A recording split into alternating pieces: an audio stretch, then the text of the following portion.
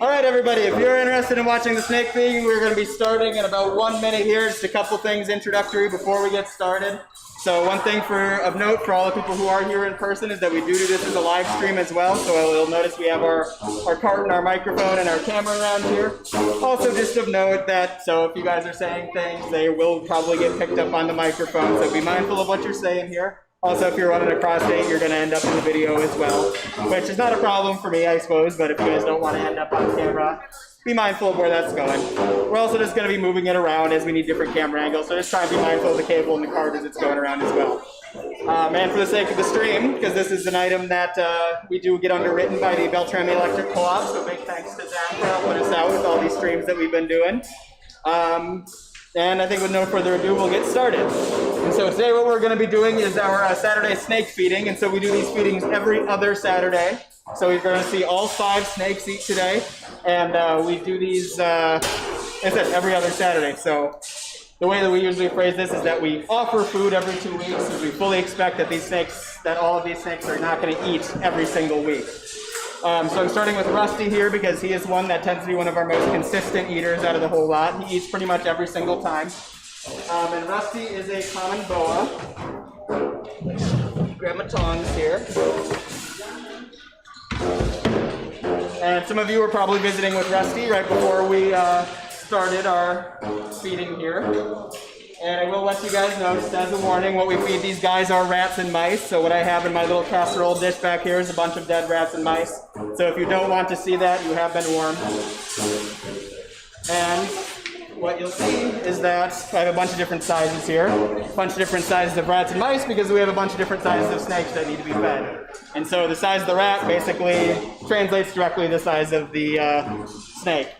And so Rusty is our second biggest snake, and you can see he's already checking us out over here, so he's going to get our second biggest rat. And like I said, I like to start with Rusty because he is one that probably more consistently than any other likes to actually strike at his food.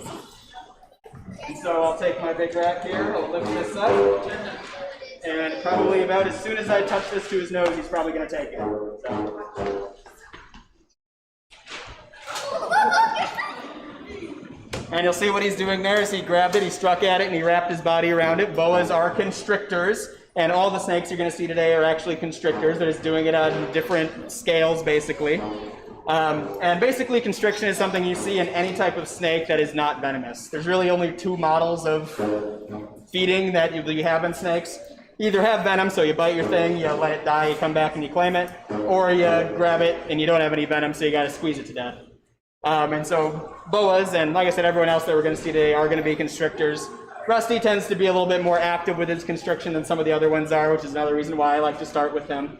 And so what you'll see him do is he'll grab onto it and he'll hold onto it. And I actually, right before I come out, the last thing I do before I start feeding these guys is I throw that dish in the microwave for about a minute, just for the sake of getting it a little warmer than room temperature. And generally what you'll see with Rusty is he'll grab onto it and he'll hold onto it, and he'll hold onto it until it gets down to room temperature, and then he'll swallow it. That's kind of how he knows it's dead.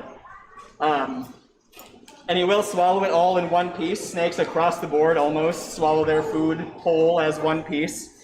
But like I said, you won't generally see him start actually swallowing for a few minutes until after he strikes it. Couple of kind of fast facts on red-tailed boas. They are a relatively common breed of pet snake. Rusty is a male red-tailed boa. You'll also hear them called common red-tailed boas, Colombian boas, all sorts of names that are all for the same snake that is native in northern South America and southern Central America. We have 2 of them, and the last snake we're going to feed is going to be our other boa. And one of the things I will point to you guys is that we have these 2 snakes that are the same species, but you'll notice they are very different sizes. These 2 snakes are about the same age. They're even pretty close to the same length. The big difference is Rusty is male, and Artemis, the other one over there, is female. And what you'll see is that Artemis is probably about 3 times or so the weight of Rusty. That's very normal for boas. That's very normal across the cold-blooded animal kingdom in general, is that the females tend to get a lot bigger than the males do. Other thing you'll note in here is that you'll see we have newspapers in all of the tanks that we are feeding today. We buy these rats frozen, and so that the way we thaw them out is I just toss them in a bucket of water in the morning and let them thaw out over the course of the morning. And so they're coming out wet, and you'll notice that the bedding they have in here is a bunch of wood chips, and so we don't want those wood chips sticking to the rat as they're swallowing it. We don't want them having to swallow all those wood chips with it. So newspapers are just kind of a placemat for them. The other thing about them that is kind of whether or not it's actually true or not, but a lot of snake care people swear by this, is that when you're feeding snakes, a lot of people recommend doing some sort of like drastic change in the tank, or even having a completely separate tank to feed them in, with the thought process being that it kind of flips a switch in their brain that tells them, yes, it is feeding time now. And the idea being that when his tank isn't empty and doesn't have newspapers in it, he doesn't think it's feeding time, so he's less likely to strike at us, the staff, when we're reaching in there after him. Like I said, it's kind of a question mark, kind of a debated topic within snake care, whether or not it's actually a thing, but I figure it doesn't hurt anything to do it. Better safe than sorry, might as well. The next snake we're going to be visiting with is over here. It's Jeannie, the ball python. And like I said, be mindful of the card as we're going over here. And Jeannie's a little bit smaller snake, and that's just a product of her species. She's actually quite a bit older than Rusty is. Rusty is about 15 or 16. I'm not 100% sure exactly what his age is off the top of my head. Jeannie, we also don't know the exact age of, but it's more a product of Jeannie has had several owners before us, so the documentation on her is less reliable. Best guess that I have is that she's probably somewhere in the like 25 to maybe upwards of even 30 range, which is getting to be quite old for a ball python. Balls are one of the more popular, if not the most popular, pet snake species. This is one of the few snake species you can even see just like in pet stores every once in a while. They don't get really a whole lot bigger than this. Like I said, she's already quite old. They come in a handful of different color morphs and patterns. She's a very natural looking one. And where these guys exist in the wild is like sub-Saharan West Africa. So these are native in a relatively small area, but they are actually invasive in a lot of places now because of how popular they are in the pet trade. And what you'll see she's doing is that I'm kind of touching her on the nose like I did with Rusty, and you'll see she's kind of reeling back from it. She's not as into it as Rusty is. This is very normal for her. She, probably more than any other one, does skip meals relatively often, and that's normal for ball pythons. It's also normal for elderly snakes. They're generally going to eat less as they get older because they're growing more slowly. They don't need as much energy to be investing time into growing. Ball pythons, like I said, also just generally are known for being kind of finicky eaters. I said we offer food to these snakes every 2 weeks, but that's way more food than these guys need because, like I said, we fully expect them to skip meals every once in a while. And then particularly with Jeannie, she probably skips 2/3, if not 3/4 of her meals. But it's not unheard of for ball pythons to go like a year plus without eating and be completely fine. Like that's very normal for snakes. And part of that is a product of the way that their digestive system works, the way that their body is set up. They're very much designed to be really, really energy efficient, specifically so they don't need to eat a lot of food. So, you know, when you're cold-blooded, that's one thing that immediately is going to decrease your calorie needs right away. Because you think about us, like a lot of the calories we put into our bodies are just going right into keeping our body temperature up. That 98.6 degrees is hard to maintain, requires a lot of energy to do that. And so you get rid of that, that immediately drops down your calorie needs. The other thing that we have that uses a ton of calories is this really big brain we have. And so you shrink the brain down to about as little as you can possibly manage to shrink it down to. You drop the warm-bloodedness, and then also you just don't move around very much, and all of a sudden your calorie needs go way down, and you can go, like I said, these guys months at a time without eating easily. So like I said, I'll leave that in there with her. Oftentimes when she does take them, she tends to take them overnight, and so I'll leave it in there overnight, and we'll come in, when I come in tomorrow, I'll see if she took it or not. If she didn't take it, I'll pull it out right away and toss it back in the freezer, and we'll try again 2 weeks from now. If she did take it, great. But like I said, she did eat last feeding, so I kind of expect that she's probably not going to eat this time. Next is going to be Sophie, the corn snake, over here. And I said ball pythons are one of, if not the most popular type of pet snake. So their one big rival is corn snakes. Corn snakes are also very, very popular as pet snakes. And Sophie is one that, again, much like Rusty, tends not to skip very many meals. Generally, smaller, younger snakes need to eat more often than bigger, older snakes do, and Sophie is actually our youngest snake we have here. She is 5 years old right now, which is adult, but it's relatively young for a corn snake. It's not unheard of for corn snakes to make it into their 20s. The corn snake we had before Sophie passed away at 19 of natural causes, so just some context there for her being relatively young. So then generally I try not to do handling with these guys when I have the rats out because they can smell it in the air. They know when it is time for feeding and kind of get in a certain mode about that. But she was not sitting on her newspapers there, so I just teased her on the back end a little bit there. She whipped around, see what was going on. Now she's on the newspapers. Now I can feed her without having to worry about her swallowing any of those wood chips. And you will see with all these guys, as they are eating them, they tend to swallow them head first. That's the preferred way that they'll swallow them. So you see, she hit that one right on the head, so she doesn't have to do really a whole lot of adjusting for that one. You'll see sometimes they'll miss and hit on the side, and they gotta, before they can actually start swallowing, kind of reconfigure, reorient themselves to actually be able to swallow it head first. Is Rusty starting over there on his? So yeah, if you guys want to take a peek at Rusty over there, it sounds like he's getting a start on swallowing his too.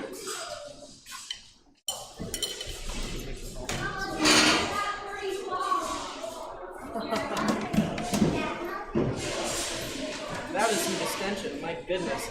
Yeah, and you'll see that with Sophie, and you'll see it with Rusty as well, is how wide these guys can open up their jaw. It's a very unique trait. It's kind of the defining trait of snakes is that big jaw that they can open up across a whole bunch of different axes. It opens up not only, this way wide, but it also opens up this way wide. They're like a food sleeve. Yeah, and the result is they can swallow food that is pretty significantly larger than their own head. As it sits naturally. Good general rule of thumb for snakes is find the thickest part on their body and they can swallow something just a little bit thicker than that. Is kind of the rule of thumb on it. Other thing that's kind of cool, as you potentially are seeing these guys starting to actually swallow these meals, a couple things to look out for as you're looking at Rusty or looking at Sophie as well here. Rare opportunity to actually see the actual skin on the snake. So we talk about, snakes shedding their skin, but really the part that they're shedding isn't actually their skin, it's a layer off of their scales. And so there is skin underneath that the scales are attached to that we basically don't ever see. And so when they're all stretched out, you can see some of that skin underneath. It's very pale white skin that they have underneath their scales. The other thing you might see on occasion is a little tube that might pop out kind of underneath where their food is. That's actually their trachea, it's their windpipe. And so you'll see that poke out every once in a while they're taking a breath while they have that big mouthful. What moves it backwards? Do they have some sort of like peristaltic motion that just goes through their entire body, or? So yeah, the question was, how does the food move through their body? And so in the initial stages, they have a very specially designed mouth. We talked about that a little bit, the way the jaw is oriented. So just as far as like getting it into the gullet in general, either side of their mandible, their lower part of their jaw can move independently, so you'll see them kind of army crawling the food back almost. And you see that really well when Rusty is going. The other aspect that they have that really helps out with that is the shape of their teeth. And so they have very small teeth. None of these guys have fangs. They're not venomous, so there's no reason to have fangs.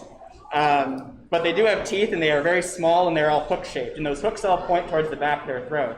So you can imagine if these mice were alive and it was grabbing onto it, they don't want that mouse backing up out of their mouth, so the teeth are all oriented in such a way to kind of force it this way. And then once they get past the mouth, their throat itself is actually quite short.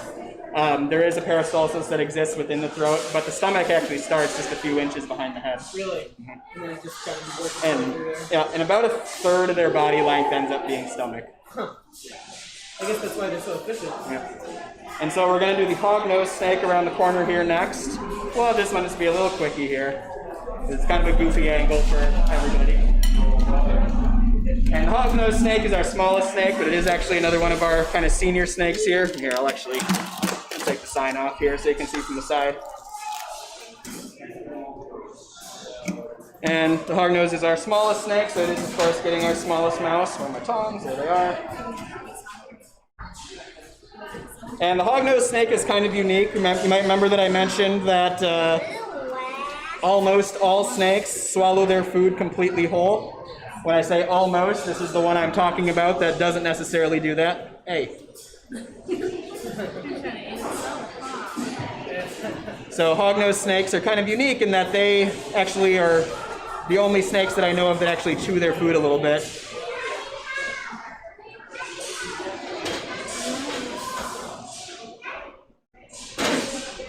So this snake also relatively recently has started having some vision issues. You might see he has very cloudy eyes. He has developed cataracts in both of his eyes just within the last year or so. And so you see sometimes kind of struggles to actually get a hold of that food when he gets in close to it. The way these guys find their food in the wild is mostly through a combination of heat sensing and sense of smell, quote unquote smell. So when they're flicking their tongue out, which you'll see a lot of these guys are doing around this time because there's food around, what they're doing is they take their tongue, they flick it around, they gather up a bunch of particles in the air, and when they bring it back into their mouth, they rub it on the roof of their mouth. And like I said, I use the same particles in the air that we use for smell, so a lot of times you'll hear phrases they smell with their tongue. The technical term for it is they have a sense called chemoreception.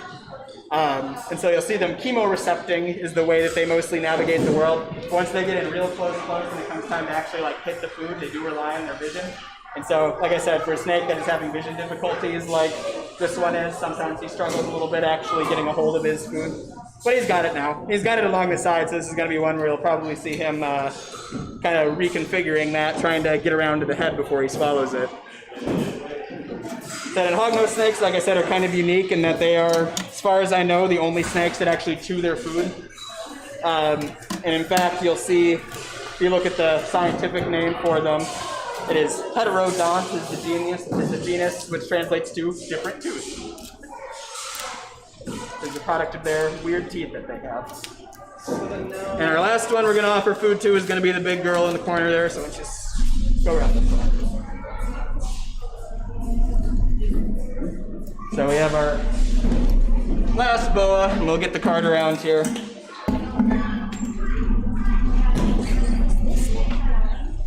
Pretty close to it. Not quite blind, but pretty close.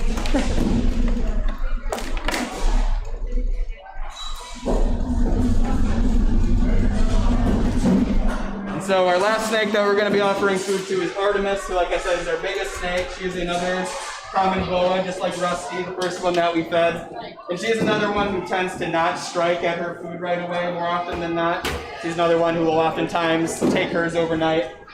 Another thing that probably is going to be, and I'm not really expecting her to strike, is that she is coming into a shed right now, and it's very common for snakes to skip meals right around a shed. Kind of careful with her because her tank is not ideal for doing these types of feedings. It's very low ceiling in there, which means I gotta put my hand like right above her head, which I don't love doing. But my tongs around there anywhere? Where did I put those?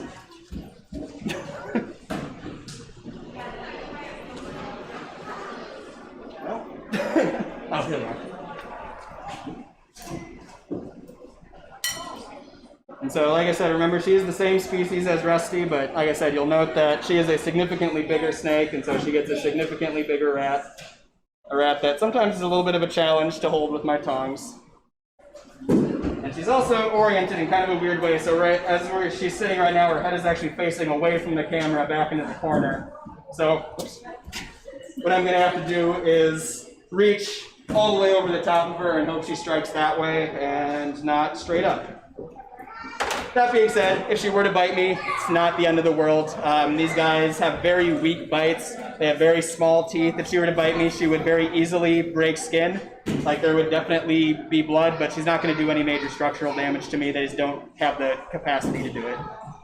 But, again, you've been warned.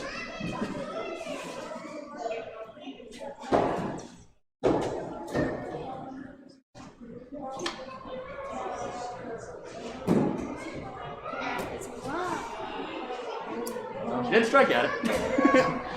Which, like I said, I wasn't necessarily expecting, but that's good. I like to see her do that. And she does have it by the head as well, so she'll probably be able to hop right into doing that one pretty quick here.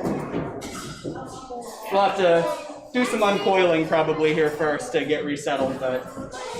and then these snakes, even the ones that didn't necessarily eat right away, are not going to be coming out for the rest of the day. The stomachs on snakes make up a relatively large part of their body, so it's not uncommon for, if they have food in their stomach, if they get handled too vigorously or too much, for them to vomit.